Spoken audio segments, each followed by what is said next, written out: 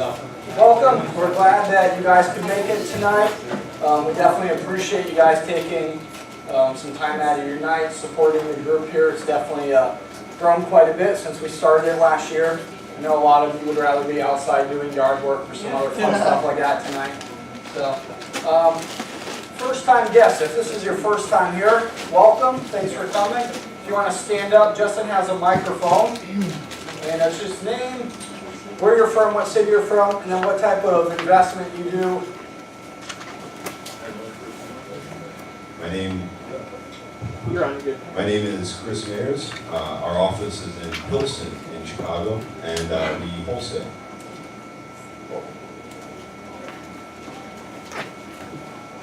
I'm Ryan Peters. I'm from Bethel. I'm a real estate development director for Blue Oil and commercial broker.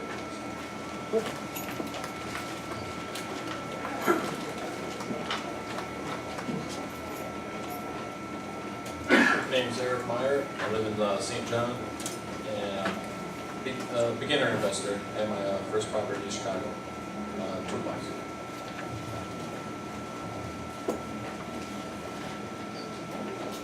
My name is Isaac Carr.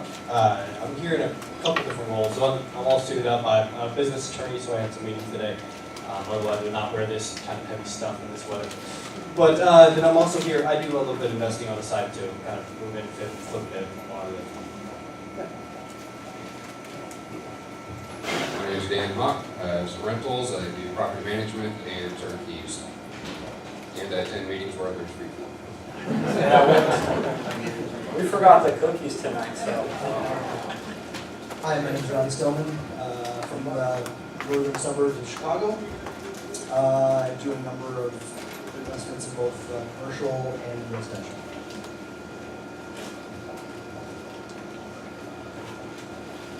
Hi, Michael Kerr.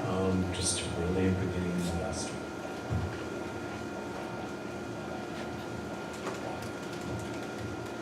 Hi, my name is Jason Doring. I'm actually currently a student, but I'm also looking to invest houses. Where I go to school and also partially this way. You're late, Bill. Hi, my name is Mark Hudnick.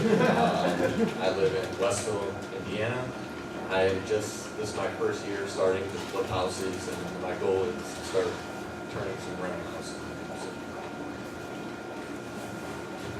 Hi, my name is Dora Rose, and I'm a commercial broker. I specialize in multifamily, more specifically, 100 units and up usually, and more specifically, usually off-market deals. That's the value that I bring to my clients. I am Tim Piatek, and my wife and I just moved from Chicago to Munster. I'm in finance. I'm a bond trader, but. Sure. I work in Chicago for a commercial developer and investor.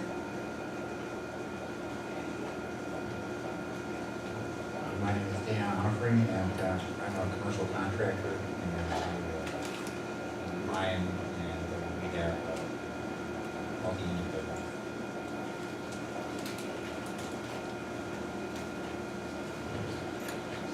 Hi, I'm Maria Runyon, and I'm a guest of Adrian, and I'm a legal shield associate. Hi, I'm Gwen Odom from Maryville, Indiana, and do wholesaling on convenience property.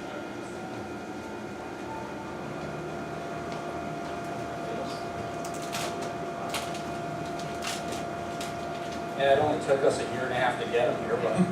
I'm Robert Carlson. I do single-family homes, flips, and turkeys.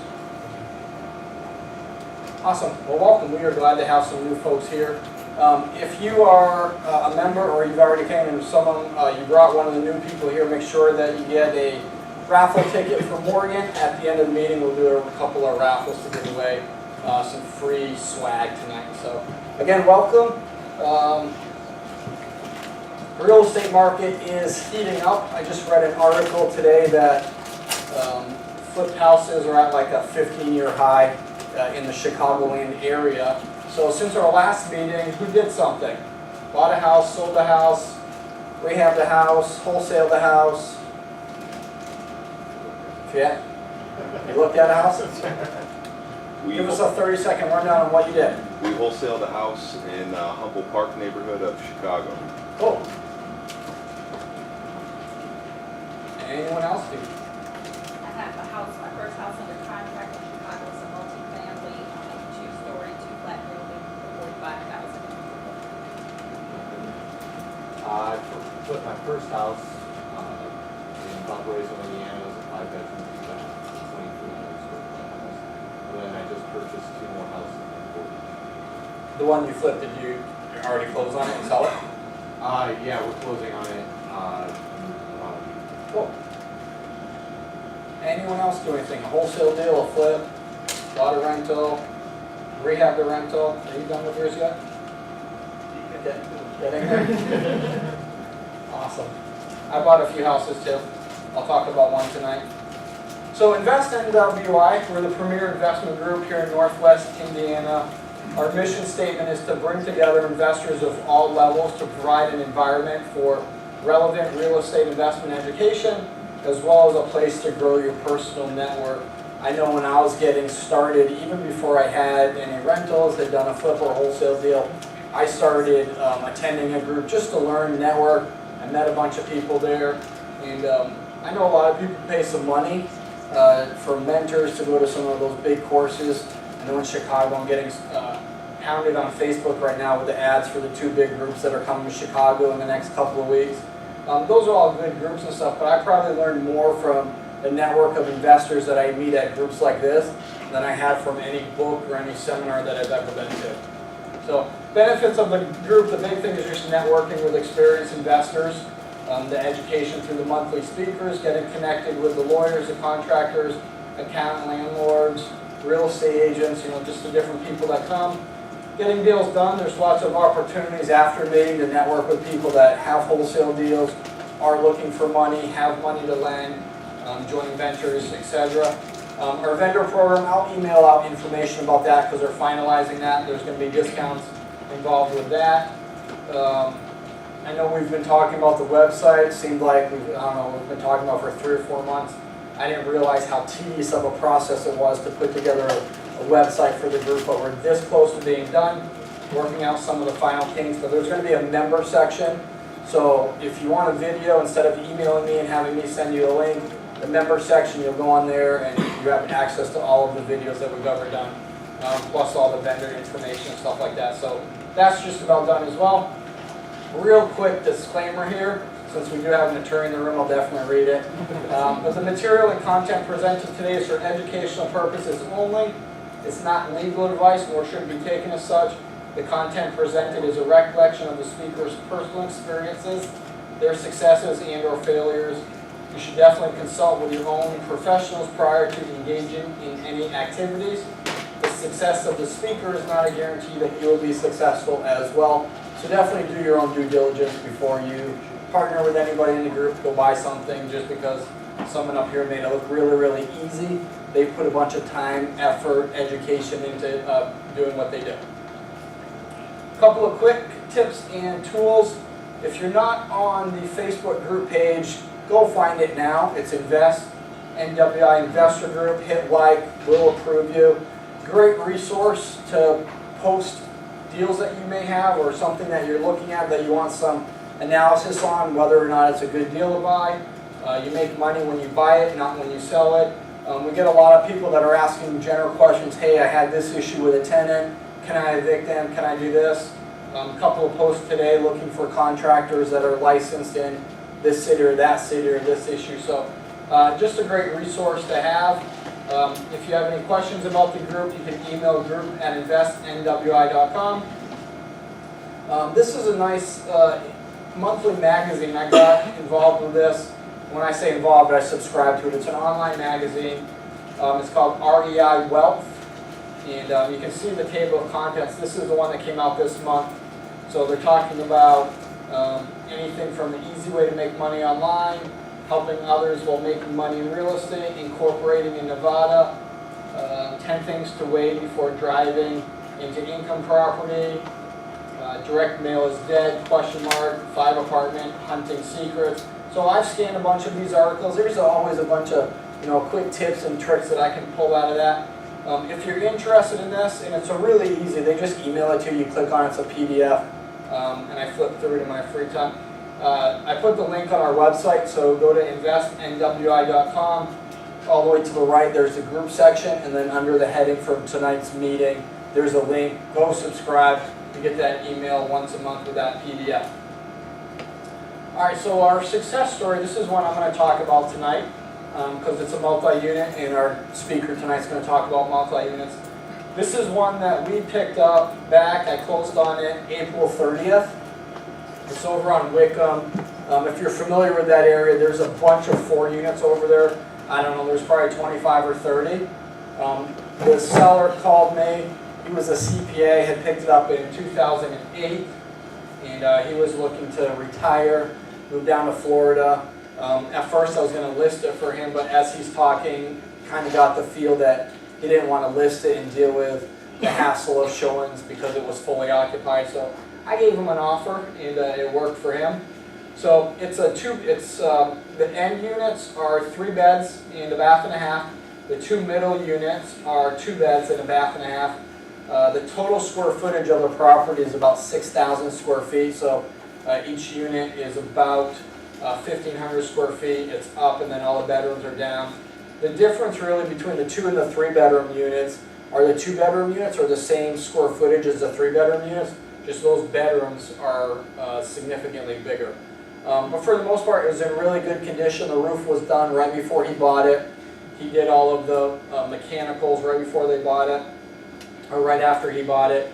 I really liked how everything was individually metered. So the tenants pay their own water, they pay their own gas, they pay their own electric. The only thing that I'm responsible for is the sewer, and that's like $65 a month or something like that. I also pay the garbage.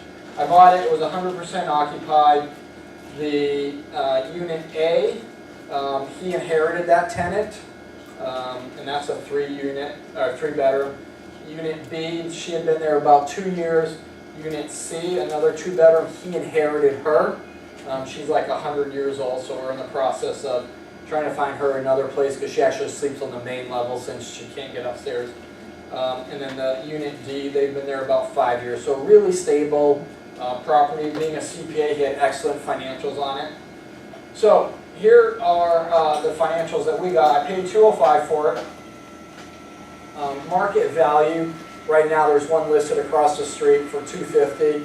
It's 75% occupied. It needs a new roof. It needs siding. So I'm thinking my market value, because of the condition, the full occupancy, probably $275, $280. My gross income right now is $41,400. He hasn't had a vacancy in several years because he has a long-term tenant. That's definitely under market value. His 3 bedroom, the one that he inherited, she pays $850 a month. My property manager is like, yeah, that needs to be at $1050. The other 3 bedrooms at $950. They've been there 4 or 5 years. And both 2 bedrooms are at $830 and $840. Both about $100 a month under market value. Expenses, this would include things like the sewer, the grass, snow, and insurance. I'm looking at about $4,200 a year. These are anticipated expenses: vacancy, repairs, property management, CapEx. I'm taking 26% off the top. Now I may not have all that in 1 year, but I'm factoring that in, and then anything extra just kind of goes into a rainy day fund because at some point the roof is going to need to be repaired again. Taxes on the property right now are at $5,800. So right now the net income on this property is $20,000 a year, about $5,000 a door, which is fairly solid. So that gives me a 10% return on my investment. We paid cash for this. We closed it in 2 weeks, which is very aggressive because in those 2 weeks I had to get leases, I had to get estoppel letters, get all the financial closing documents with, you know, rent proration, security deposit credits, all that. So it was a fairly aggressive close, which was why the purchase price was where it was. If you had wanted a bigger purchase price, then we would have probably stretched that out a little bit. Now, because I paid cash and I don't want to leave my money into it indefinitely, because I'd rather use that money to buy more properties, we are doing a refinance. We're refinancing out 80%.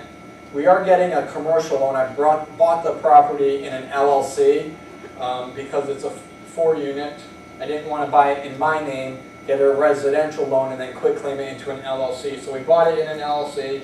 We're getting a commercial loan. We're getting 80% out at 5.25%. It is going to be amortized over 20 years, so the monthly payment's a little bit higher.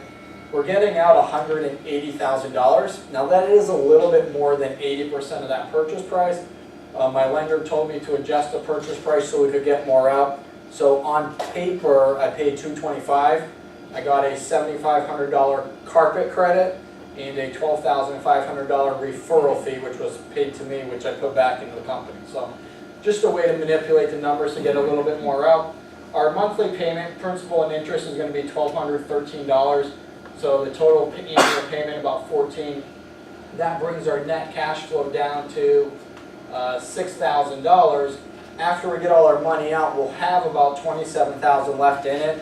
These are estimates because we're closing for the refinances this week and I haven't seen the final numbers. But now that will be a 22% cash on cash return. So I've just doubled my return for that. Once I work with the tenants, the two older ones, they need to be in ranches, single floor. So if you have something in Maryville for an older person with one level, that's what we're looking for them once our refinance is done. But once I get the rents up to market value, my cash flow is going to increase a little over almost $5,000. So then my cash on cash return will be about 40%. So that's the deal that we just completed. I'm looking for a couple more of those plus some bigger stuff. We'll see how Jeremy's numbers and what he looks at is, it'll be a measuring stick to see if this was a good deal. So, any questions on this one? Is there a balloon on that commercial loan? Yes, 10 years. So it's 5 years fixed. After 5 years, it goes to like an arm. At 10 years, there's a balloon. Any other questions? No, it's not for sale. I've had a bunch of people trying to buy it from me. Back in 2005, these 4 units over there, some of the bigger ones, same size as mine, were hitting 320, 325. So my exit strategy is in a year or two as the market continues to increase before we drop. These are going to hit the low threes again. I'll dump it at that point. Cool. So Jeremy, if you want to come on up. Is there a preferred side? So the video goes from about where the speaker is to this table. So if you just want to stay between that. So Jeremy is a pro in multifamily investing. So if you want to give your bio and get into it, let's welcome Jeremy.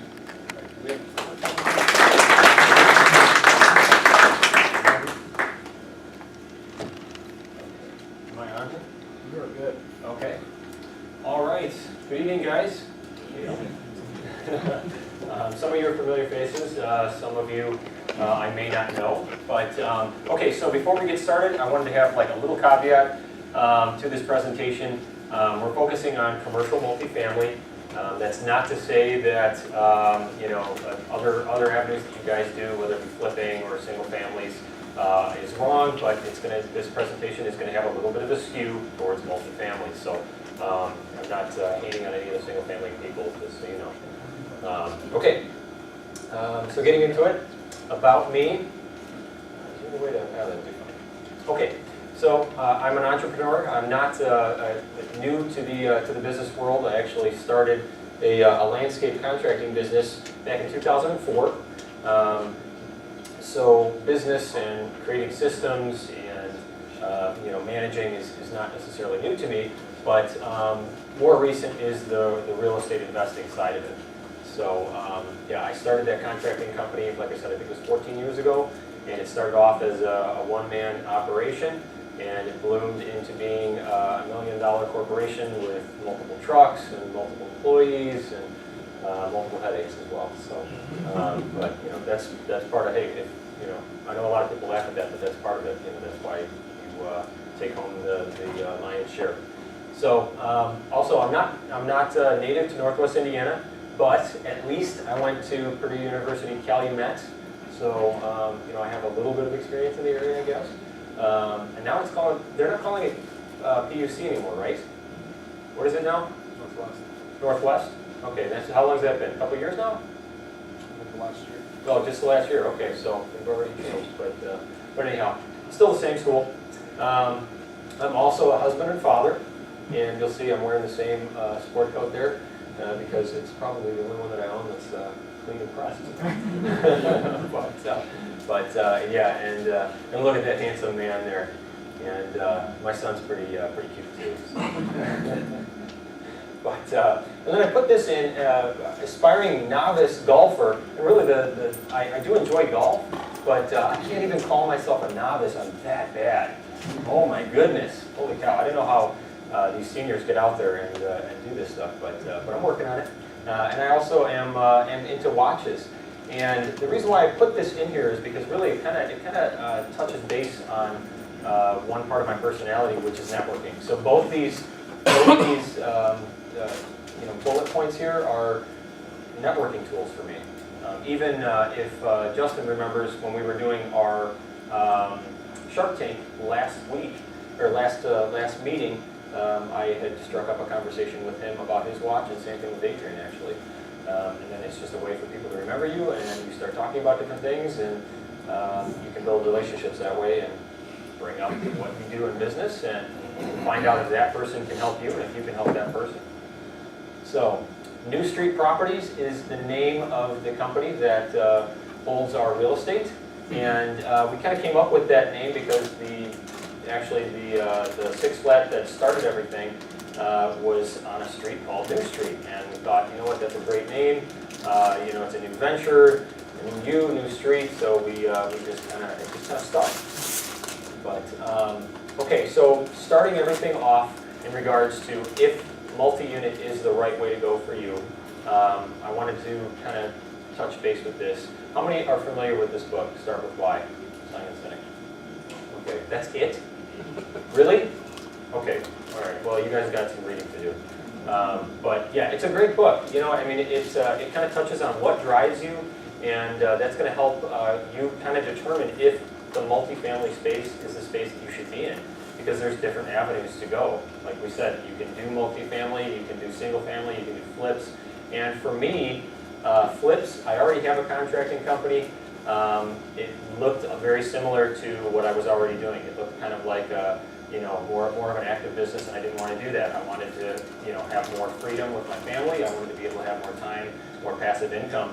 And in finding out really what was driving me, that's what led me to multifamily. Because originally we had started off, had some experience with single family rental, and we can get into that a little bit later, but it just wasn't going to be a fit for my goals. So you really got to figure out what it is that you want, and is this going to work for you? So how I got into REI was kind of a little bit of an offspring of the contracting company, because being a landscape contractor, we started to get some really big contracts with landlords that would own large complexes, and not just one, but multiple complexes. So I started to network with these guys and talk to them, and we were taking care of the exterior of their property. And then, the phone calls started coming in. Hey, have you ever thought about, having your guys, help us turn units, or we've got other things that could be done around, around these properties. And it was a great fit because what happens in the off season, right? You've got guys that are sitting on unemployment, or they're looking for hours. So it was a great way for me to, find a way to solve a problem, which was a slow season. So. And that's why I say think outside the box, because it was a great way for those two businesses to kind of mesh together. So, yeah. All right, so getting into the multifamily versus single family, we could probably talk for days in regards to what's going to be the best way to go, and I'm sure that there are people that have very strong opinions one way or the other. But we're going to just touch base on a couple of things that maybe you might not have thought about. Everybody knows one roof for one tenant on single family, and multiple tenants for one roof for multifamily. But there are some pros and cons that are kind of generalized here, but the ability to buy anywhere is one of the big pros with multifamily, in my opinion. I live in Illinois. We purchased property in Illinois, in Indiana. We don't have anything in Florida, but we're actively seeking properties in Florida. And it works on a multifamily model, because a lot of the different things, like property management, for example, are already kind of tied into a multifamily property. When you buy a single family home, you're competing with everybody else who's looking to use that as their primary residence. And that's just not the case with a multifamily, at least commercial multifamily. And do we know what I mean by commercial multifamily as opposed to just multifamily for novices out there? Okay, 5+ units. All right. And anybody who argues that, well, you know, I've got a duplex, it's still multifamily. Well, talk to your bank. Okay, that's the best thing that I can tell you, because they're going to be treated differently in regards to the way they're financed. So another advantage is, okay, obviously on property management. The thing that I have found is that when you have multifamily, because I've got experience on multi and single family rentals, you have much more negotiating power with property management when you have a multifamily property. So you might be able to get a better rate that's cut off the top for your gross rents than you would with a single family, right? You're just not a big fish to somebody if you've only got 1 or 2 or 3 single families. Also, it's hard to have economies of scale for your property manager. So there's advantages in that. Also, obvious enough, the aspect of big checks versus little checks. Adrian was just talking about, what was that, 41,000 gross GI for that property? Yeah, 41,000 bucks gross coming in. So you've just got more money coming in. You can float more costs when you have that kind of revenue coming in. Whereas with single family, it's smaller. You've got 800 or 1,000 bucks a month coming in. So another thing is highest and best use. When you really think about it, a single family wasn't designed for the investor, was it? I know I'm not saying that you shouldn't use it as one. There are plenty of people who do, but the builder didn't have you in mind when he built that house. Okay, the developer didn't have you in mind. The city zoning commission didn't have you in mind, right? The highest and best use for multifamily is exactly what it's doing, right? That's what it's there for. Another thing is time to close deal produces multiple doors as opposed to one door. Okay, Adrian was talking about how long it took him. He had like 2 weeks to close that 4 flat. You know, he got 4 doors in the same amount of time it might have taken him to just close on a wholesale deal or one, you know, a single family home. So if you can lock up 50 doors, a 50-unit building, it's a better utilization of your time, or it can be at least. Again, a lot of these things are kind of generalizations, but you know, we're just talking about the big picture stuff. So that being said, there's also cons. Who believes that multifamily has higher turnover than single family? That's it. Come on, guys. Yeah, I think you're probably right, right? Nobody wants to be right here? You don't want to raise your hands to be right? All right, that's fine. But yeah, it's probably true, right? A single family, generally speaking, is going to have a longer tenancy than a multifamily unit will. Part of the thing that I would say to this is that if you have a larger unit, if you have a lot of studios and 1-bedrooms, they're going to kill you on turnover. I'll just be honest with you. Are there any property managers in here? Or multifamily people? Okay. Anybody who owns, does anybody have commercial multifamily 5+ units? Okay. What's your unit mix? Okay. 2 5 units. Are they all like 2 bedrooms apiece, or 1 bedrooms, or 3 bedrooms, or mostly 2s? Okay. Have you found any difference in the vacancy between a 1-bedroom, a 2-bedroom, and a 3-bedroom? You haven't. Okay. How long have you been doing it?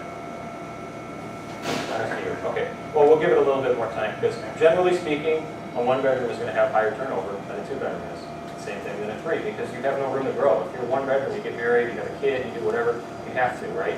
You're already maxed out. So when I'm looking to evaluate some of these deals, it's a big time negative for me when I see studios, efficiencies, 1-bedrooms, right? This turnover is going to end up hitting you. Also, loan terms.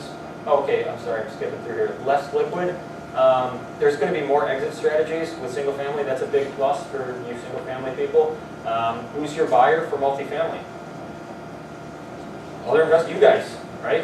Who's your buyer? That's pretty much your only option, right? I mean, what else can you do with a multifamily? You can hold it yourself, or you can sell it to another investor, right? If there's other strategies, let me know.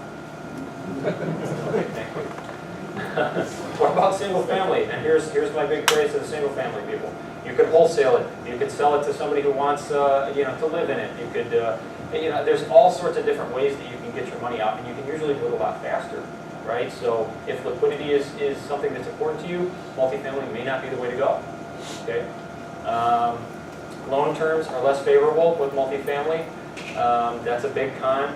I love the fact of doing, 30-year fixed, especially, as rates are going up. I would love to be able to do that with larger commercial multifamily, but, it's uncommon. There are a few lenders out there that will actually do it, but you're going to pay through the nose now anyway, so, how much it really matters, I don't know. But, and another big knock against multifamily is going to be the intertenant conflicts. For sure, for anybody who owns even a duplex, this is going to apply to you guys too. The neighbor's making too much noise. The kids are running around, this or that. You just don't have that on a single family, and that's going to be a little bit more of a headache for you, and also all the more reason to probably get a property manager. So, all right, starting the process and analyzing deals. How many don't have a multifamily, a 5+, but would like one, or that's in their? Wow, holy cow, a lot. Okay. All right, so I'm talking to the right crowd then. That's good. All right, so starting the process and analyzing deals. The first thing is know your criteria, right? You're going to need to get hooked up with a good broker, or you're going to need to find deals somehow. There's actually people today that mention that they have off-market deals. Those are the people that, if they're in the commercial real estate space, why don't you grab a business card today after the meeting? That's what we're here for, right?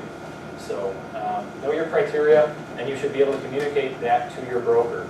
So if you have a cost per door, your unit mix, like we said. What do I mean by unit mix? Does everybody know these terms? Right. Okay, no. All right, so unit mix meaning if it's a 6-flat, 5 of the units might be 2-bedroom, and one of the units, maybe a garden or something, might be a 1-bedroom. So that's a unit mix that we're talking about. So those are types of things that you want to communicate to your broker so that he or she can effectively find you a good deal. Because that's one thing that a lot of people tell me is that, there's no deals out there, I can't find anything, or this or that. Are you doing your part to tell your broker what you're looking for so that they can be more effective? Okay. Next is going to be know your market. You should be looking at crime rates, rents, population growth, all these types of things. You're going to want to know. Obviously enough, you're going to want population growth, right? That's going to be something that you should be looking for. But at the same time, are you necessarily looking for appreciation with multifamily? Is that as important as cash flow? It's not. A mature market is okay. If it's kind of flat, if it just kind of keeps up with inflation, that's not necessarily a negative for you. Okay, if it cash flows, that's what you care about. And know when to act. Sometimes a lot of people get too involved with analysis paralysis, and they come to these meetings and they do all this, and there's no action that's ever taken. So sometimes you've got to just know when to act. So, big thing, and this is just something that when you're going from single family to multifamily, you're going to have a hard time wrapping your brain around, but do not analyze it as a single family because the bank won't, right? It's different, right? I didn't bring it. I probably should have brought an appraisal for our property, but it has cap rates on there. With the single family people, are cap rates on your appraisals? It's not. It's not a part of your world, right? But it's something that you need to get used to. Again, we kind of touched base on this, but the whole point is cash flow. Appreciation's great, it's a bonus, but really you want to be there for cash flow. You're not flipping properties, you're not doing those types of things. And then look for value add. And there's a number of properties, actually, there was one in St. Petersburg that we're working on with our broker for value add. And I do say here, don't believe the broker's kind of BS, because every single list is going to say, value add opportunity, rents are below market, or do this, do that. Well, do your own analysis. I mean, you have to realize that their job is to look out for their client, who's the seller, and they're looking to make the most rosy picture that they can. But there are value adds, and actually, where's Al at? Okay, you know what? A couple months ago when you did your presentation, you were talking about basements. One of the things that I look for value adds is huge 1-bedrooms or huge 2-bedrooms, right? Because I know I can get a more stable tenant pool and increase my rents if I can change 850 square foot 1-bedroom into a 2-bedroom somehow, right? That's going to be better for a multifamily guy. That's a true value add. Now, obviously, there might be zoning issues or different things like that, but if it can be done, that's a true value add. All right. Is anybody familiar with the 50% rule for gross rent when you're analyzing a commercial multifamily? And you actually already had one that was almost to the T, a 50%. close to it at least, on the expenses, as an example today. Does everybody know what I'm talking about with the 50% rule? No? I don't. You don't? Okay. Sure that's what it is. All right, so if you can figure out your gross rents, if you take half of that figure for commercial, and this is true, I found it to be true myself, and it's fairly consistent nationwide that 50% of your gross rents are going to be expenses, right? And then there's a rule of 7, which is if you want to find your loan to value, your P&I, and your cap rate quickly, there's a formula of 7s, okay? So like, for example, all right, let me start from the beginning too. LTV, are we familiar with loan to value? If I'm going too fast, let me know. I'll slow down and I'll explain these things. Okay, sure. So loan to value, if you have a $500,000 property, right, the bank's more than likely not going to give you that full $500,000 as a loan, right? So they're going to give you maybe a 70% LTV or a 75% LTV. Generally speaking, on your first deals, because there's a lot of people here that are dreaming of going into this space, but they're not there yet. There was a ton of hands, actually more than I'm shocked at how many people are looking to go this route. So on your first deal, I would say better to be safe than sorry and go with a 70% loan to value, because some banks on your first deal, if you don't have experience, they might not do, it's going to be unlikely that they'll give you an 80%, but you might not even do a 75%. But for sure, I mean, as long as it's a solid deal, I would think that they'll at least give you a 70% LTV. So you just multiply your purchase price by the 0.7, and that'll give you your loan value, right? That's how much your mortgage is going to be. And then the rest is going to be your down payment. So figure out a way to come up with that down payment. A little bit bigger than a single family home. But, okay, and then your P&I, another quick and easy way to figure out what your P&I is going to be, and that's going to be principal and interest. So basically your mortgage payment on your multifamily is, at today's rate, if you look at your loan to value, which we already covered what that is, right? Everybody's clear on that? And you take your $350,000 and you multiply that by your 0.07, that is on an annualized basis how much your mortgage payments are going to be. So we already know approximately what our expenses are going to be, right? We use the 50% rule. We already know what assuming we know what our gross receipts are going to be. And then now we also know what our mortgage payment is going to be on a yearly basis. Amortized, this example is amortized over 25 years. It's not exact. It's going to depend on your rate. It's going to depend on other factors. But again, if you're looking to analyze these things, you should be looking at a ton of these all the time, and in different areas too. Like I said, it doesn't have to be Northwest Indiana. Don't limit yourself. I think probably more people limit themselves than other people limit them. You know, I mean, the actual external constraints on these things are fairly minor, to be honest with you. It's really what you're you feel comfortable doing yourself. So anyway, that's how you're going to get your principal and interest. And another way to kind of get a general feeling for what a property might be worth is to start with a 7% cap rate.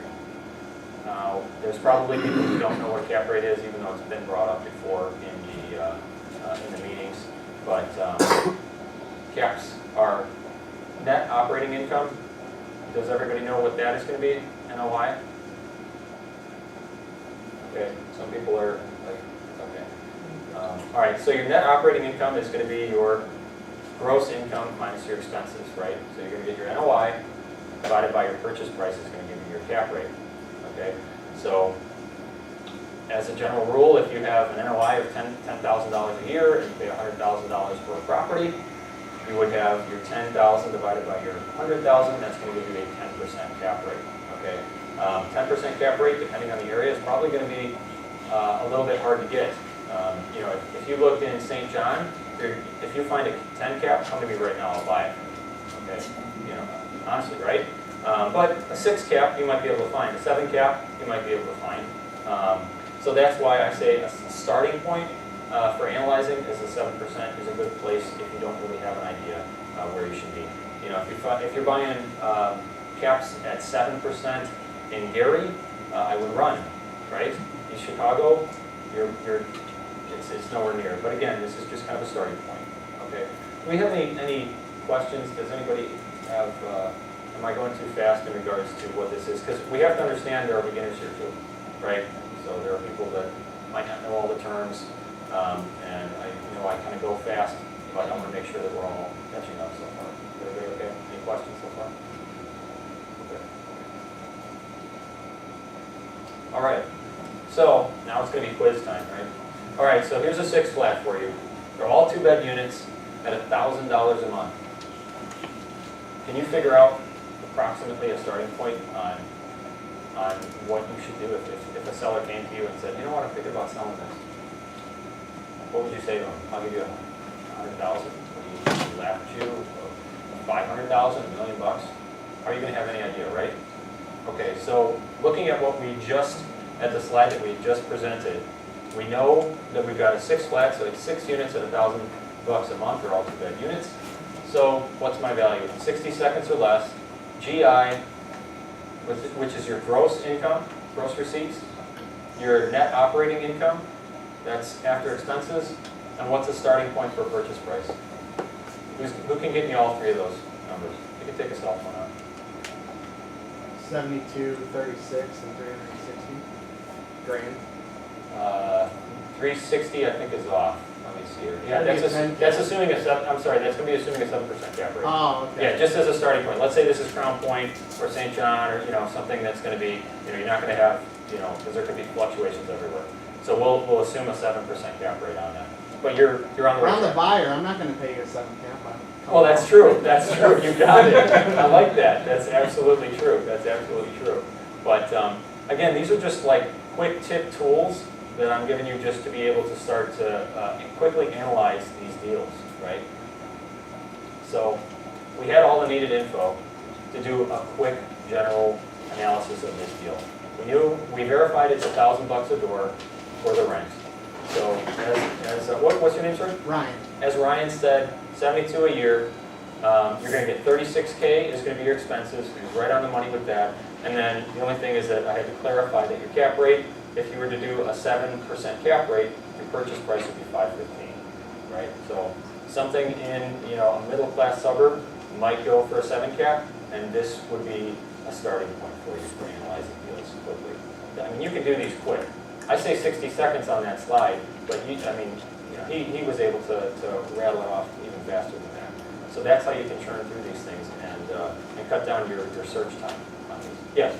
You get better about looking at markets like Florida, Arizona, other markets. Like you're saying, you can do this anywhere. Yeah. You're giving us a good barometer of 7% here, and we're able to know the communities that you're talking about. Right. I mean, how have you learned or figured out things in other states and other areas? Fantastic question. Well, number one, I'm a hands-on guy, so I travel down there. Okay. So I don't have like but the biggest thing that I start off with, and I don't know if I'm going to jump ahead of myself. I can just touch base on it now, and then if I have it in a slide later, I'll just skip over it. But so one of the big things is going to be, I'll look at crime rates and crime maps, and figure out, okay, is this area growing or not? I'm going to get in contact with a good broker who specializes in commercial multifamily, right? I'm not going to just look at who has high sales. I want somebody who has boots on the ground, and I always develop a team first. So in Florida, for example, got the property manager, got a contractor, got a broker. All I got to get is a deal, right? What else really is there, right? So, but that's a great question. Yeah, a lot of it is going to be, looking at different maps, figuring out where trends are to some degree, where your growth is going to be. I liked the Tampa Bay area because other markets were kind of hot. You look at Miami and different things on the East Coast. You look at California, there's no way. Number one, California is probably not the most landlord-friendly state to begin with, just like Illinois. So I don't know if I would want to go there anyway. But landlord-tenant laws are another thing that I look at. Florida is pretty, I would say, pretty even. It's not bad. So those are some of the things that I look for. Does that kind of help? Yeah. What about schools at all? Especially when you're doing like Yeah. 3-bedroom units and stuff like that. Right. Schools are important. Schools are important. Again, a lot of that is just stuff that you can do online. Right. You know what I mean? Grade schools ratings, stuff like that. You know, am I going to visit schools? No. To be honest with you, no. Obviously not. But yeah, you know, you can look at all that kind of information and get an idea and say, well, the biggest question you should ask is, would I live there? You know, would that be an area that would be somewhat reasonable? You know, and if you'd live there, if you feel safe there, if you take your kids to school there, that might be a place that you should look at. But for sure, actually, school districts are very important. Yeah, very important. Okay. Any other questions? Yeah. Your rule of 50% Yeah. of rent. Is that just like a general equation, or maybe you said Florida? Like if you got real expensive flood insurance, Right. you know, I mean. Right. Well, here, yeah, and I totally agree with you. Right, but it's just, see, when you have a larger property, a lot of those things kind of end up, in the long run, kind of flattening themselves out, right? So I have low insurance in Illinois, right? There's no flood, there's no, sinkholes, there's no whatever, right? Illinois doesn't have those things. But I do have high property taxes. So I'm cheaper on the insurance, but I'm higher on the property taxes. Down there, it's the exact opposite. The property taxes are lower, but, especially if you're in a flood zone, you can be talking thousands of dollars a year just in insurance for the flood policy. And your bank is probably going to require it as well, right? So it's not something that's optional. So don't go looking around thinking, oh, well, I'll just take the risk. Your bank probably won't let you. So, but that's a good question. It's just a general rule of thumb. It can vary. The bottom line is that when you look at a listing, half the time, how many people have looked at a multifamily listing and it'll tell you your gross income, and then it'll say expenses, and it'll say, $17,500. And then you'll look through, and it'll say management, it'll say all these different things, 0. And then it just says property taxes, $17,500. Oh, really? That's your only expense, guys. Wow, this is a great property. Holy cow. So it's just a way to kind of get a general feel for it, because obviously some people, make rosy numbers, and it can be difficult. But overall, like I said, as a starting point, it could be 60%. Maybe that building has higher maintenance. Maybe it's an older building, something like that. So it could be higher, or maybe it's a newer construction, or maybe it's in a great area, and it could be lower. But you have to have some sort of a starting point, and that's what the 50% rule is. A lot of this, even the 7% cap rate. Again, you can go a couple miles down the road, and you can be talking a 15% cap rate, and depending on the area, and then you could go one town over, and you could be at 5 or 6% in cap rate. So again, it's just a starting point. That's for you to kind of fine tune and figure out, and really delve into the numbers and figure out what the true value of that property is. So, One other question. Yeah. No, these are all like bank finance deals. Yeah. Like agency pay cash and block the Right. title of the bank. Right. Is that the way to go? Is that, Well, it gets hard because they get expensive. Has anybody got 1.2 million that they can pay cash for? Take a check. Yeah, and run. Yeah, I mean, it's tough, right? For the smaller stuff, and we are kind of focusing on, this presentation is geared towards people who are looking to make that jump, right?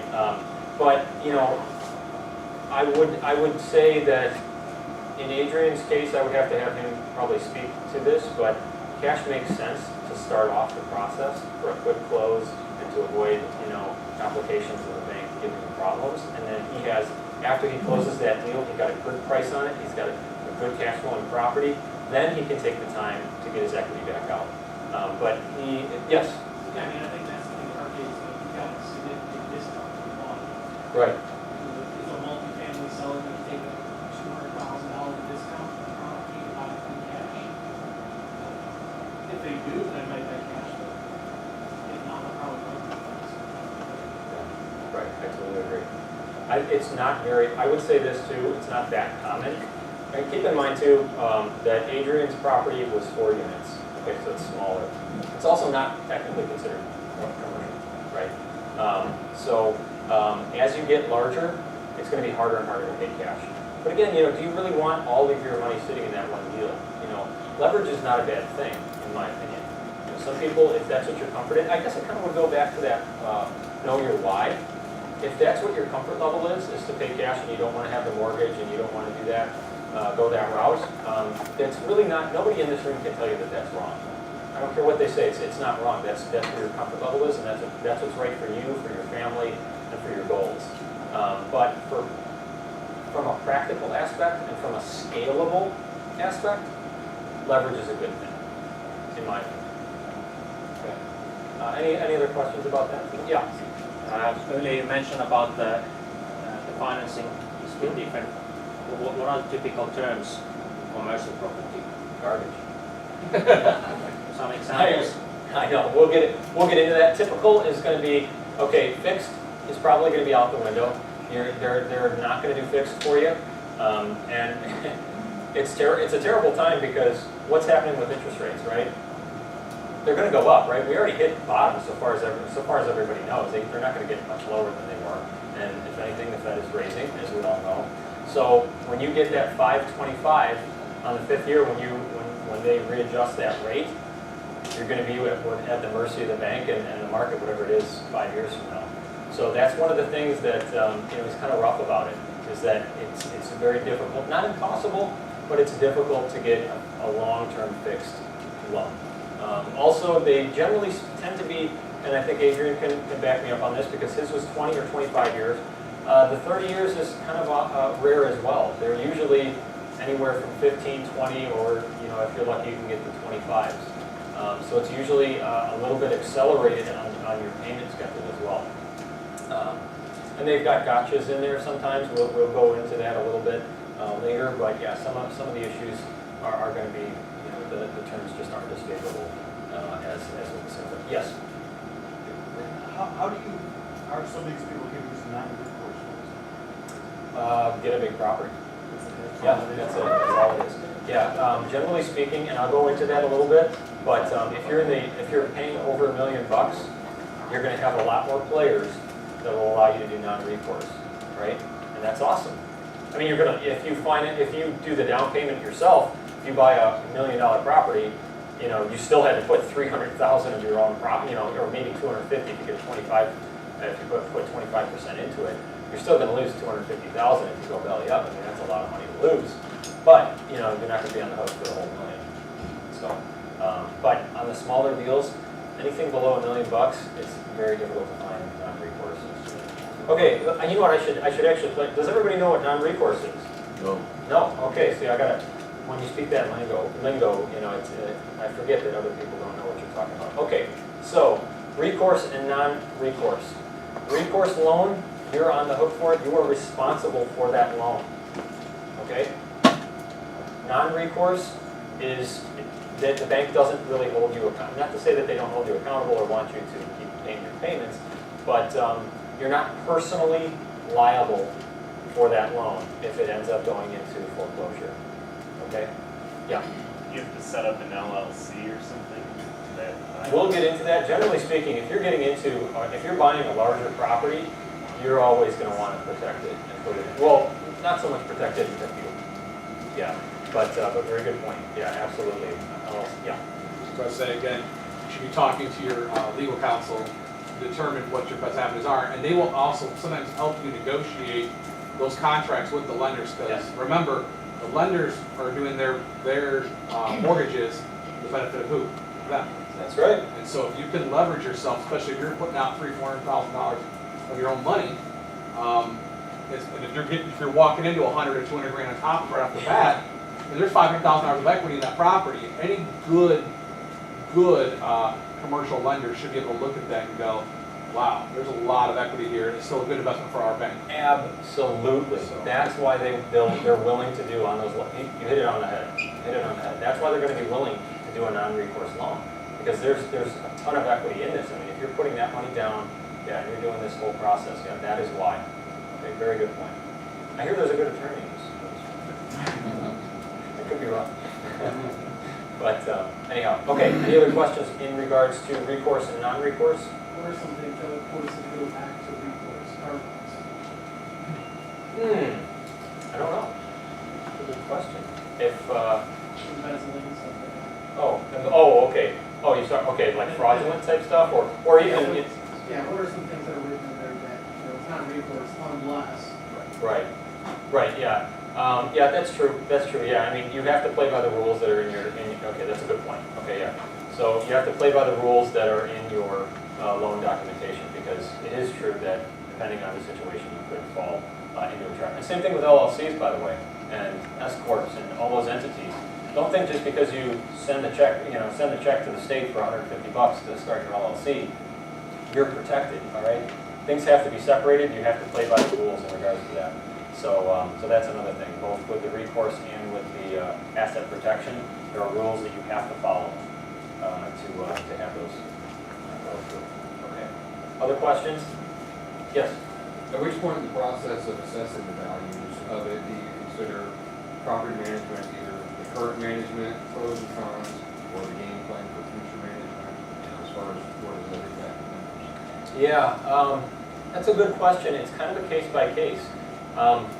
My personal philosophy is a lot of investors seem to have this kind of cocky mentality that, well, I'm going to come in and I'm going to be able to run this thing way better than the last guy, and he didn't know what he was doing. That's not really been my opinion going into it, because this is a larger commercial property, and somebody had to at least have a general idea of what they were doing. So I shouldn't necessarily have that mindset that, oh, I'm going to know so much better, and I'm going to know how to manage it better and find this and find that. So it really depends on the property. You're probably going to have a fairly good feel if you need to get a new property manager. If the units are in disrepair, if you're having higher vacancy than is normal. You can also look through historical sales records, what are rents in the area, what are cap rates in the area, to try to help you kind of form and mold that valuation. So, yeah. Other questions? I'm going to stop asking that, because every time I do that, somebody else will. Go ahead, that's not a bad thing, I'm joking. I guess one of the questions that I have, and it might be unrelated to well, somewhat unrelated, how do you determine what area gets what cap rate? Like you were mentioning earlier, St. John 6%, East Chicago, Hammond, if it were 6%, you run from it. I understand that crime might be a variable, as well as the schoolings seem to be a factor, but is there like a definitive rule? Like if crime is this percent, or the schools are a B rating or a C rating, what determines that cap rate based on the town and so? Yeah. Okay, so did everybody hear him? That's a great question. So he was asking in regards to cap rate, what are the determining factors to find out, okay, is it, if it has lower than average crime, does that mean, well, it's probably an 8 cap area instead of a 10 cap? Or if it has better than average schools, is it going to be, how is that going to affect things? If anybody has a formula for that, I would love to see it, because I don't really know. A lot of it is just going to be historical data, and you're going to look at what other properties have sold for, and try to get an idea of what the market bears for that area. I can't really say that I have a specific formula for schools or crime rates or different things like that. Those issues are going to be to some degree, more related to the issue of vacancy and the condition of the property and management and some of those issues that are going to be like day to day as opposed to the price, right? So if you have high crime rate in an area, it might be there's high crime rate in Chicago, but there's also $1 million condos in Chicago, so it can kind of depend. So really what I would say is look at, as best you can, look at historical data from other sold properties in that area to try and get a basis for what the cap rates might be. You can even go on LoopNet, which isn't a great, I know a lot of people don't like LoopNet, but you can look on LoopNet and they'll have the properties that are listed in the area. So for those of you who don't know too, LoopNet, I don't believe is like an official MLS listing service, correct? As far as I know. It's kind of like the Wild West. So take it with a grain of salt to some degree, but you'll at least get an idea of what people are asking for on those, on LoopNet, because sometimes it's hard to get information. And the other thing is going way back to the beginning of the presentation when I was talking about finding that good broker. A good broker should know these things and help you to be able to figure out what the cap rate in that area is. So yeah, go to your broker would probably be the number one thing. Yeah. I should say, I don't have a formula either, but what I do know is that I think you hit the nail on the head earlier on when you said that you kept referencing the cities in this area that we're familiar with. Yeah. When you get out of the region and Chicagoland in general, I mean, I invested in some properties in Michigan before, literally blocks would be the difference in cap rates that I was surprised to learn in my small little bubble, Northwest Indiana, Chicagoland region. When you start getting out to Florida, other spots I've looked at, like literally blocks can be difference. Yeah, As opposed to Indianapolis is like cities. that too. Yeah, Indianapolis. Yeah, very much so. And actually, that's part of the, I love Indy as a city. It's a beautiful city, but it's difficult to figure that out. And that's one of the deterrents. That's a good point. That's something that I don't really care for, because it can be so difficult if you're on the wrong side of that block. And unless you really know that area, you could end up overpaying for a property. So that's a very good point. It just depends on the area. So yeah, and again, I'm that hands-on, as I talked about earlier, I'm that hands-on guy, so I'm going to drive down there, at least get a good feel for the area, and then I can come back up to Chicago after I have that information and after I have that feel, and I've got that broker that he can be the day-to-day to try and filter those deals for me. So, okay, other questions? Yeah. How are you finding a good broker? I mean, it's easy to say, but every time I try and call some of these people, you can't return calls. They already have their clients, and they're going to give them the lion's share of the business. Sure. Right? And then you have to scratch what we want. So how do you get find a good broker? That's not. Well, my Northwest Indiana broker, I met him through this group, actually. Good guy. I don't know if I can get close to people, so I won't mention his name. But maybe afterwards. But yeah, I mean, sometimes, groups like this can be a good way to go.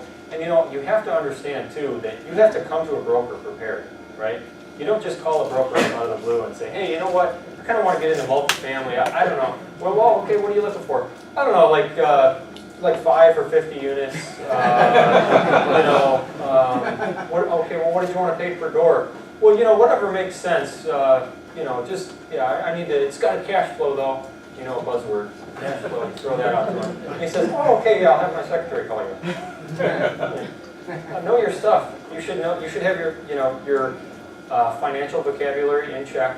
You should have all those things that this presentation started off with that for a reason, right? So you should kind of have an idea of your area. You should kind of have an idea of what you want your mix to be. I like more bedrooms, but if you're looking to be a college town style investor, 1 bedrooms might be great for you, right? So it could be totally different. So those are the things that you have to communicate to your broker.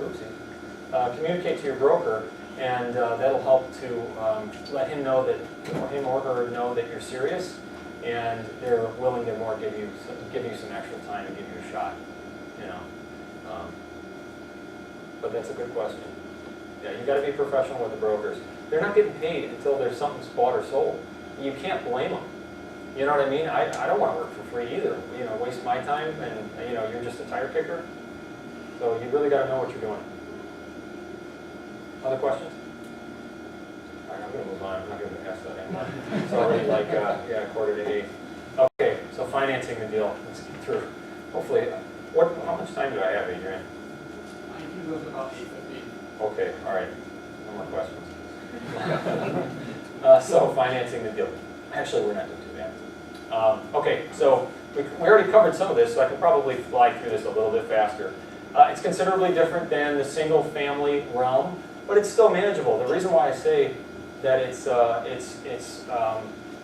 not that scary is that these are all things that you guys can learn. There's different mentors here that. I love talking about this stuff. So if you have questions, come to me and talk. That's why I'm up here. I'm not getting paid to do this, right? This is just fun, right? Who enjoys this stuff, right? It's great. But it is going to be different, right? So get out of the single family aspect of things and start thinking about cap rates. Start thinking about your cash flow. Start thinking about other things like debt service, right? So debt service coverage ratio. Your bank is probably not going to finance a deal if it breaks even, right? If you can just meet your mortgage payment, they're probably not going to finance that deal. They like a little bit of a buffer there. So your debt service coverage ratio is usually 1.25% on most underwriting processes that I have seen. Okay. Can you explain that? Okay, so your debt service coverage. So basically, if your If your NOI only meets your mortgage payments every month or on an annual basis, you would have a 1-to-1 ratio, right, for your debt service coverage. They want a buffer. They don't want too lean of a deal, especially for smaller.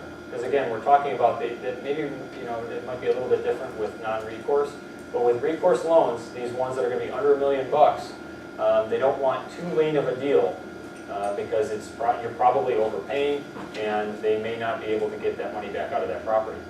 Okay, so okay, we kind of covered that. We'll move on.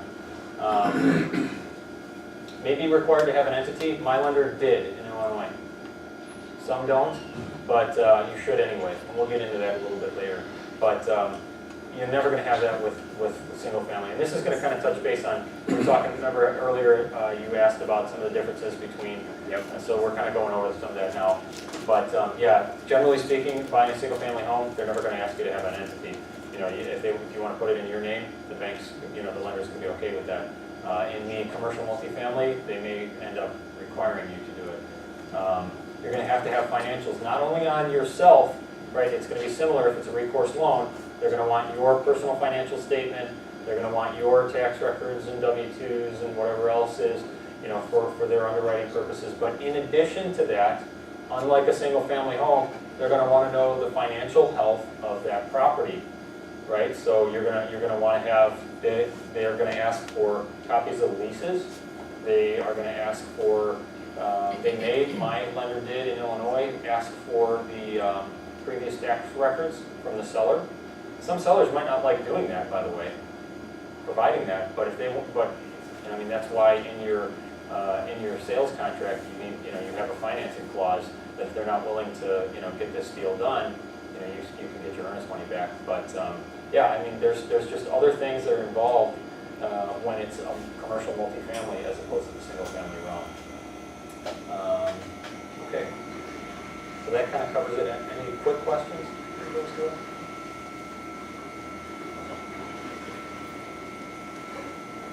All right, and we talked about this a little bit, but loan terms likely adjustable.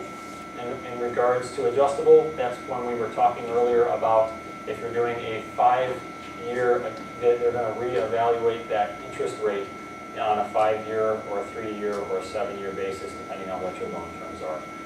Pretty common for a commercial multifamily is going to be a 5-25 loan.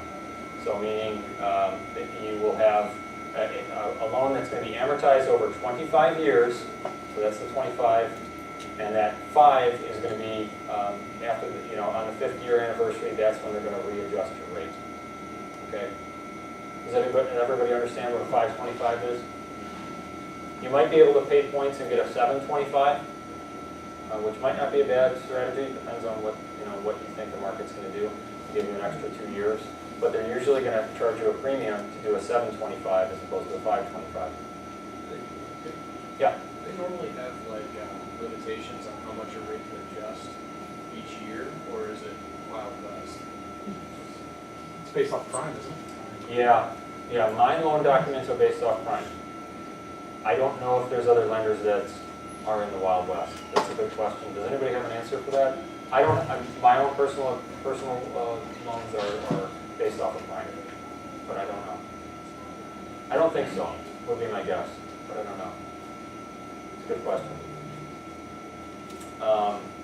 Okay, so down payments. One of the things that's kind of nice about multifamily as opposed to single family is that when you're looking at these large multifamily complexes, even if it's a $250,000 or $500,000 property, if you're having to come up with 25 or 30% down, you're talking a pretty good chunk of change. Keep in mind that there are certain things that you can use against your down payment if you don't quite have that to bring to the table. One thing that a lot of people don't think about is if you buy an 8 or a 10 unit building and each unit has a $1,000 security deposit. Now granted, that's not your money, but you can use it as a credit against your down payment because more than likely you're not going to have all 10 people move out of that building on day one of your purchases, right? So you can take those security deposits against your down payment as a $10,000 deduction if it would be a 10 unit building, for example. Okay, so just something to think about. in regards to rent credits. There's also, you know, there's all the standard stuff. You might get rent credits for, or down payment credits, excuse me, for, you know, repairs or things like that as well.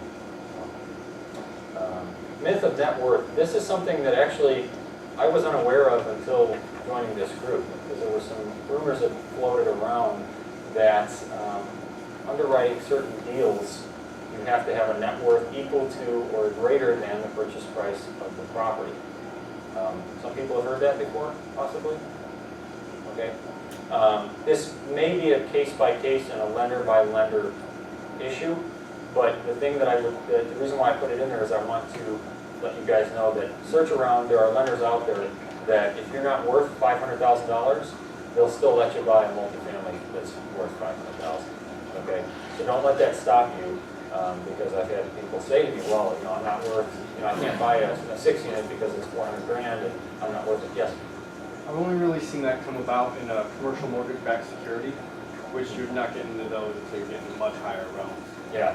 Yeah, so maybe that's where that myth kind of comes from. It might have stemmed from that. Okay. Yeah, that's a good point. That's a good point. Yeah. Yeah. Yeah. $30 million worth of worth money and Right. Right. They're also getting 4.5%. Right. Yeah. But on a $500,000 property, would you agree that you're probably not going to have a $500,000 net worth? Right. So don't let it stop you. Right. So. And then be bold with your offers too. Yeah. What about reserves? Like CapEx and reserves for the property? For the banks, in terms of bank function, put money on the side as reserves. For like escrows and different things like that, or? They usually want you to have some form of reserve. Yeah. Yeah. Right. So if you're talking about using security deposits, but if you don't have enough for the down payment, you got no money for reserves. Buying there. Maybe. Yeah. Depends on what's your cash in. Just because you don't have the cash doesn't mean your net worth is zero, right? So it kind of depends. Yeah, as for cash reserves, yeah, I mean you're going to want to have. The reason why I brought that up is just for people that they get so scared of having to dump $125,000 on a property. So I try to make it a little bit more manageable for them. Okay, that's kind of the reason for it. But cash reserves. Yeah, obvious enough that the bank is going to probably look for some stuff like that. They're going to escrow certain things for you, like the property taxes they may escrow, different things like that. But yeah, it's kind of on you to have those cash reserves. And also in commercial, like for our commercial loan, they require the tax records. We have to submit those to the bank every year. Does anybody have to do that for single family? Probably not. But they want to know the financial health of the LLC or S corp or whatever entity it is that you have that's holding that property. So. Okay. All right, financing the deal continued. If it's under $1 million, best bet that I have found is start with local banks. Half the time, if you go to Chase or you go to some of these larger banks, they're just not going to have it. It's too small of a deal for them, right? They like either the single family mortgage realm, or they like the big boys, right? So this like middle market stuff, which is really what this is all talking about. A 6 flat, an 8 flat, maybe something that's between $250,000 and $750,000. Okay, that's kind of what this is geared towards. You're best off with a local bank.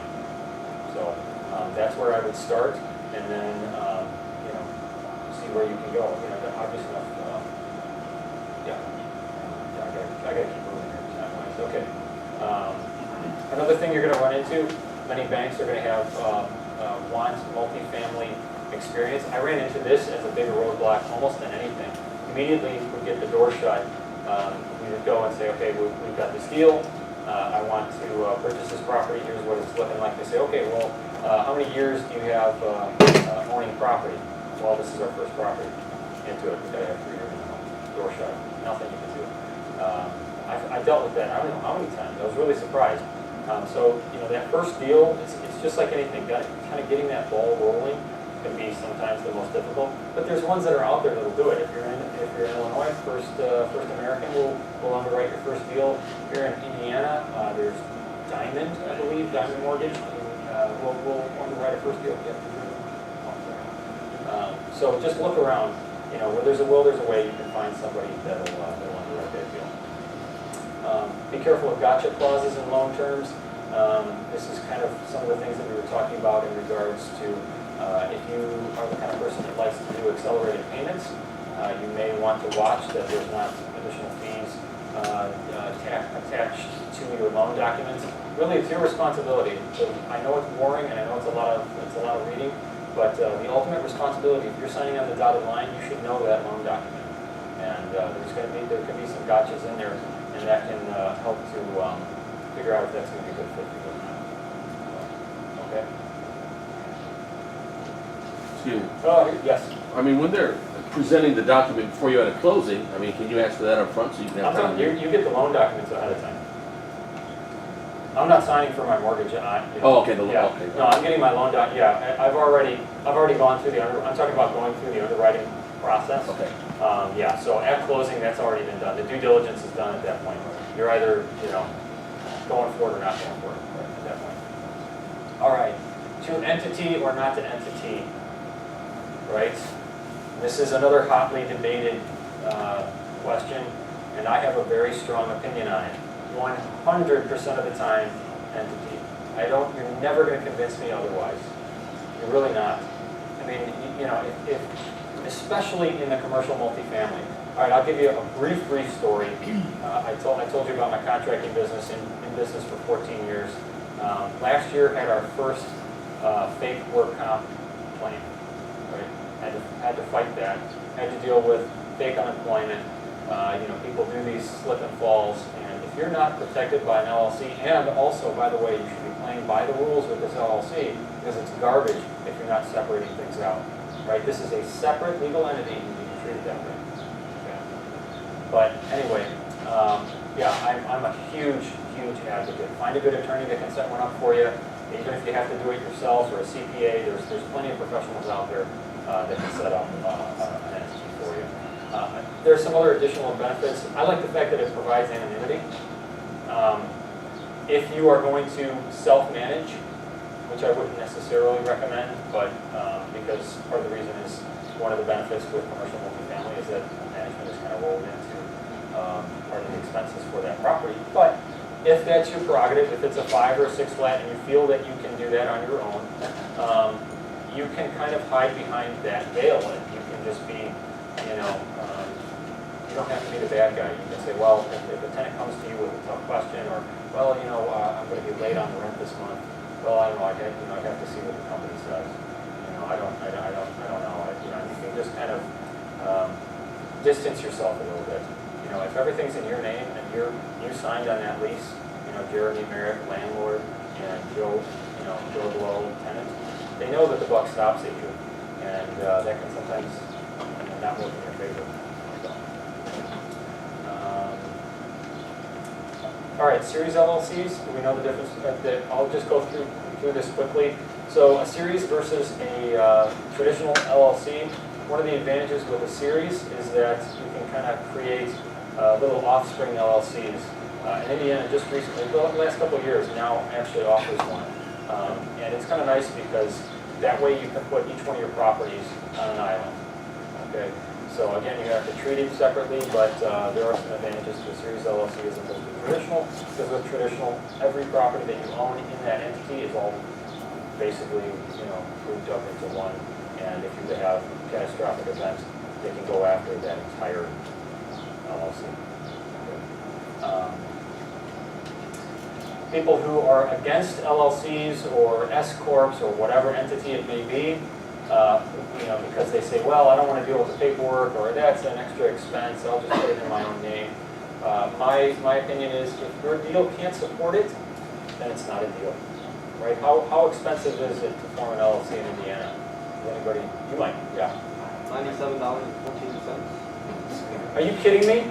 In Illinois, they changed it, but in Illinois, I paid almost $1,000.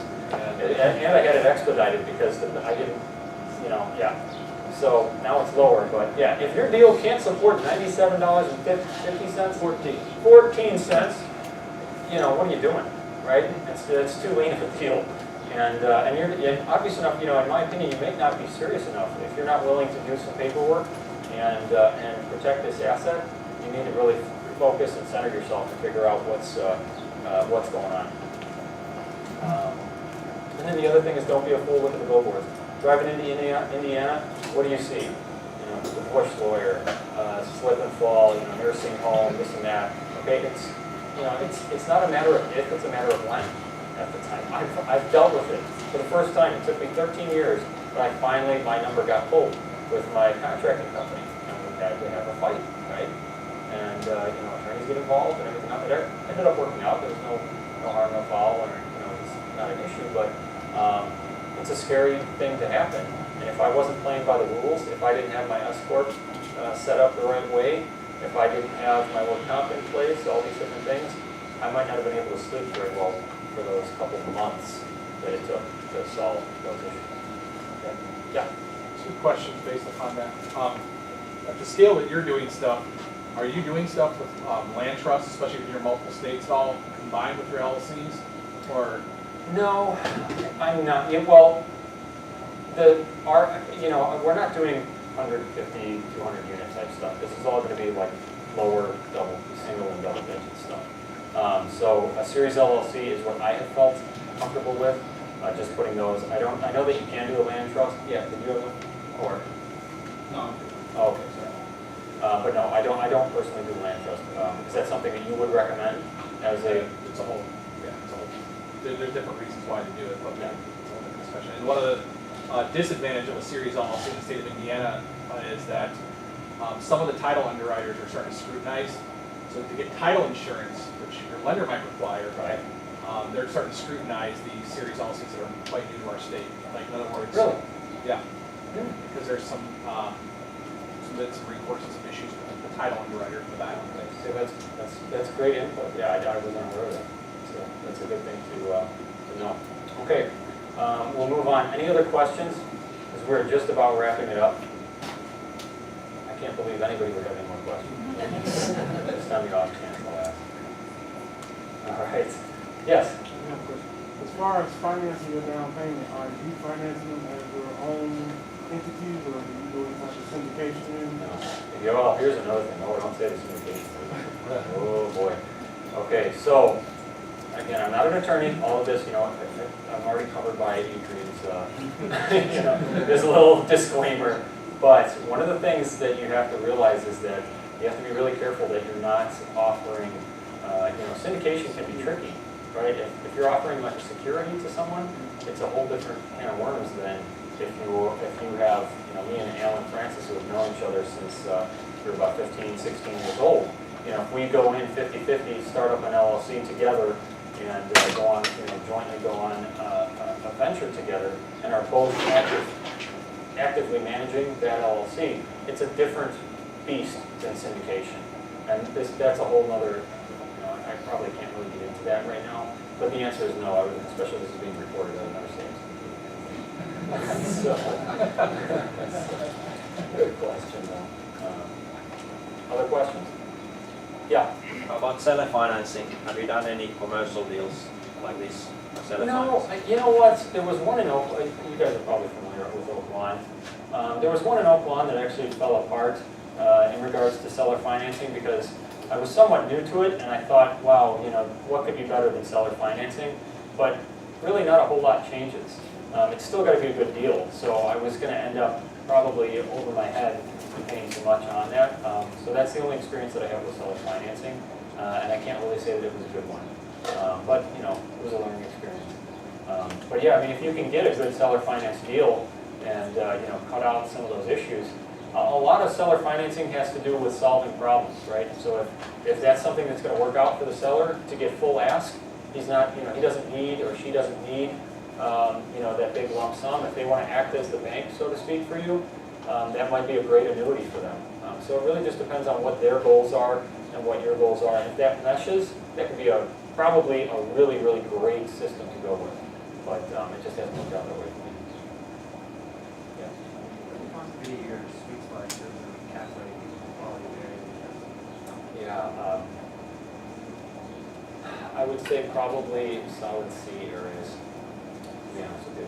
I try to steer clear of, you know, your D and Fs, but, you know, the Bs and As, like the St. I mean, I use that example of St. John and you know, Crown Point, different areas like that. They're probably not going to cash flow that well. You know, I would like to deal with just that working class area.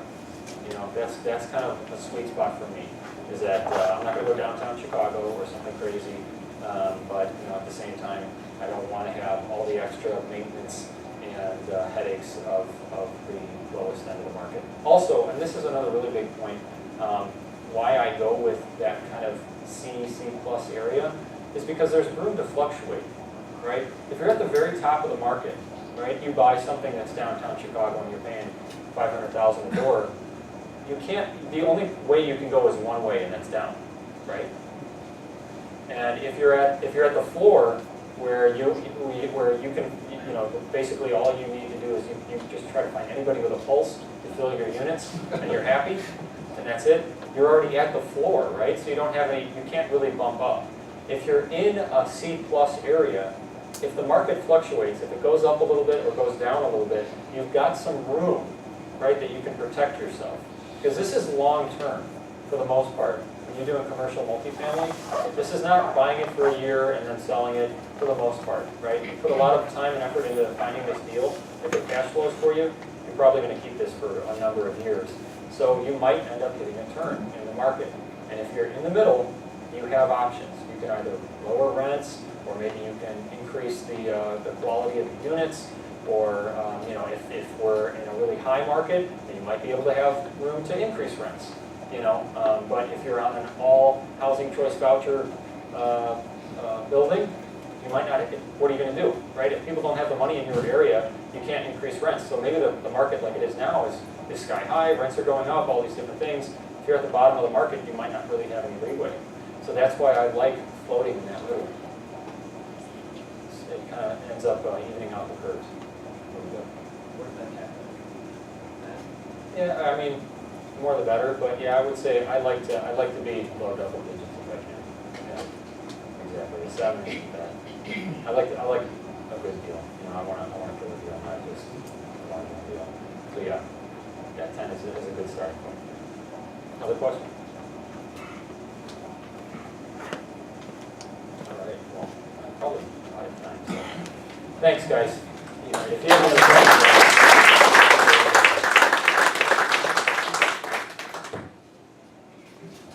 That was a lot of information. Tomorrow afternoon, since I know there's a lot of new people here at different levels of real estate, I don't know exactly what time, but he went over a lot of definitions, cap, NOI, all sorts of things. I'm going to do a live Facebook video. It'll be on our Facebook page, Invest NWI. That's different from the group page. So I'll do that probably sometime around 1 or 2, go through the 15 definitions that are probably the most common, what they mean, how to calculate, stuff like that. So if those words were new to you and you want to learn more about them, then definitely check out that Facebook Live video. Tomorrow, if for whatever reason you're working and you can't make it, I believe Facebook saves those videos, and you'll be able to watch that after the fact. So, anyone have any deals, wholesale deals, joint ventures, looking for money, have money? Nobody has a deal. That's the market. The market is tight.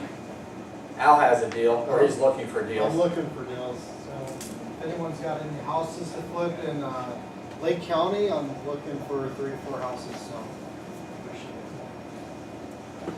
You check out my house in Whiting.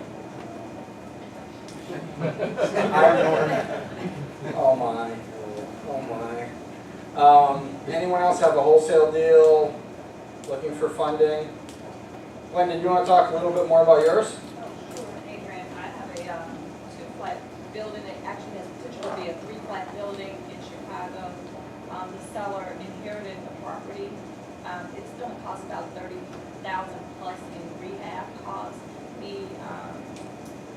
I discussed the comps were hard to get for that area because the building was built in 1900. So it's 7 bedrooms and 3 bathrooms. But it was hard to comp, and according to the county assessor's website, it came in at 149. But, you know, you can't go by that, but it's hard to comp for the area, but we're asking 75. I mean 75, excuse me. It is in Chicago. It is not. That's inside Chicago. Awesome. Anyone else have anything? Cool. I have a property in Whiting. It's actually Robertsdale. It's a brick Cape Cod, 1,850 square feet. Currently it's 3-bed, 1.5 bathrooms. The upstairs is the entire 3rd bedroom. You can easily chop that in half, turn it into a 4. The bathroom is a half bath up there, super big. Add a tub, you can turn it into a 4-2. We have it available right now for $75. That's up in Robertsdale. It's on our website, Invest NWI. If you're interested in that, take a look at it. Tomorrow or Wednesday morning, I'll be reviewing offers Wednesday around 3. So, any more deals real quick? I'm looking for a 4-plex in Northwest Indiana, so if anybody's got one they're looking to sell or know somebody that is. 320? Yeah, like Merrillville, Wilbert, New Chicago, so stop by and say hi. Cool. So we had a lot of people bring guests today, and we have some t-shirt swag. The stuff we give away every month is going to change. Last month it was a $50 gift card. This month it's t-shirts. Could be a really cool investing book. Could be dinner with an investor in the area. So we'll switch that up every month. I have a large, an extra large, and a 2X. So I'm going to give 3 away, and the first person can pick the size. The second person, Terry, gets 1. And if the size doesn't work, bring it to the office, and you can trade it in. So I'm going to guess you probably want the large, but that's probably...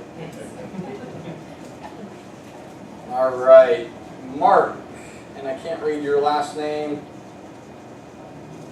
Mark. 5929. Large, or we have XL or 2X? There you go. All right, and Nick Stone.